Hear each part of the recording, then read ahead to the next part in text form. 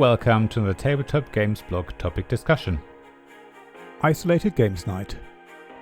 Games nights are about social interactions, catching up with friends, maybe some ribbing, eating snacks, enjoying a drink, holding cards or moving pieces, maybe rolling dice and enjoying how a game unfolds, its twists and turns. It's about a shared experience and coming together. Yet at the moment we have to stay apart, which changes how we interact and how we behave at games nights. It also changes how games nights feel. There are things we can do to try and make things feel as normal as possible. So here are some suggestions I have, things that I've learned from my own weekly games nights. I don't want to go too much into the technology side of things in this article, but of course when people are in different locations you need to use technology to make things happen. Hopefully you have a computer of some sort and an internet connection. If not, then a mobile phone or tablet will also work, but the larger screen you have access to, the better. A lot of TVs can be used as a monitor either by connecting a cable or casing to it.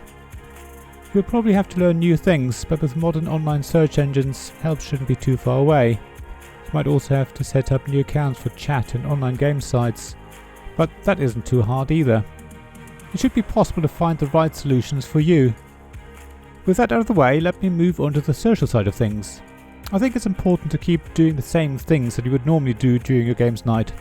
Just because you're apart, sitting in front of your own computer doesn't mean you can't enjoy snacks and drinks. In fact, if you're playing online, nobody will be worried about sticky fingers or spilled drinks, as long as you don't spill them all over your computer.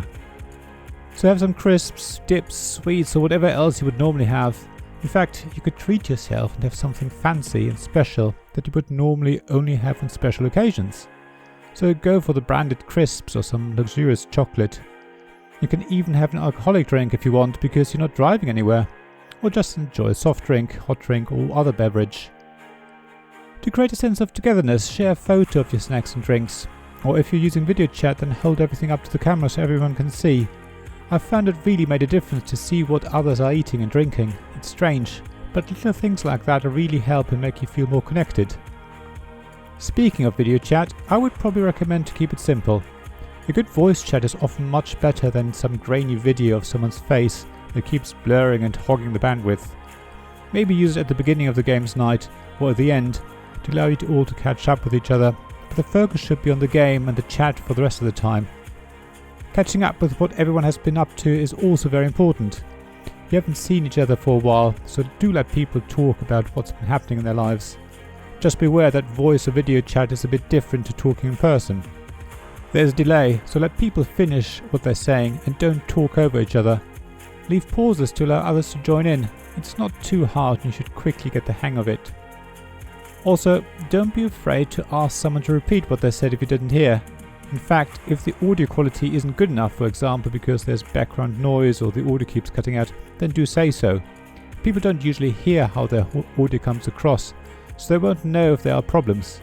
By the same token, do mute yourself if you're about to sneeze or want to speak to your family about something private. Also, be prepared to have a backup way of communicating. If the audio and video fail, then being able to type a message is great. If you can, have multiple communication tools ready, so people can switch from one to the other if a platform doesn't work. Even though most tools work pretty well, at the moment a lot more people are using them, which puts a strain on the system. So if you have Skype, Discord and Slack for example, then you can go from one to the other if there are problems. When it comes to playing the game itself, you also want it to be easy as possible. Simulations of real games such as Tabletop or Tabletop Simulator look amazing and feel more like you're playing a real game, but are harder to use because you need to use your mouse to pick things up, move them and drop them somewhere else, while panning, moving and zooming the camera so you can see what's going on. So sites like Yakata.d or Steam, where you just click an option and the game does the rest, are amazing. They make gameplay a lot easier and quicker, allowing you to focus on the game and still be able to chat to your friends. Again, continuing to chat while you're playing adds the feeling of being together. If your group usually ribs each other, then continue to do so when you play online. If you chat about other things while someone takes their turn, then that's fine too. Just remember that you can't have two separate conversations at the same time, which you could do when your group sits around a table. However, you can still chat. If you need to leave to make a drink, get something from the fridge or go to the toilet, then say so. Even if you're using video chat, it's only polite to let people know why you're disappearing. then mute yourself and maybe even switch off the video so that it's clear that you're away. When you come back, do say so too, so people know. Remember, now that you're playing online with friends, you don't need to travel, so you can use the time you would normally spend to get to someone's house to play a longer game or several shorter games. It's amazing how much of a difference it makes not having to worry about getting back home afterwards. You're more likely to stay up longer to just get one more game in, because you can just head off to bed afterwards. When you're all done, or if you need to leave before the others, then do still say goodbye and arrange your next games night in advance. It's yet another little thing that makes you feel more connected. After all, you would say goodbye to your friends at a normal games night.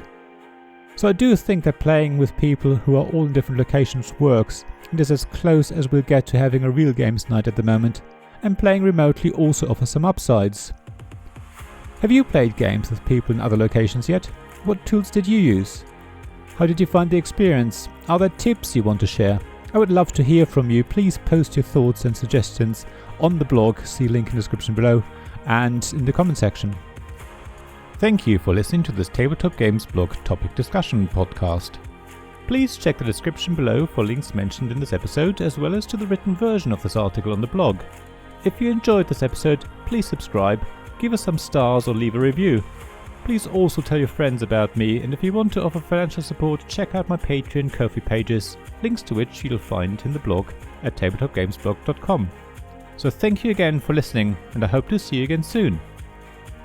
This podcast is made possible by the generous help from my Patreon supporters: Royal Patron Sean Newman, the UK half of Gamelot, Castle Guard David Miller of Subquark Publishing, Dice Masters James Naylor, publisher of Magnate First City, and Paul Grogan of Gaming Rules, and Shining Light Robin Kay of Rune Sky Games, Sarah Reed of Resourceful Games, Tim Vernig, and Richard Simpson of We're Not Wizards.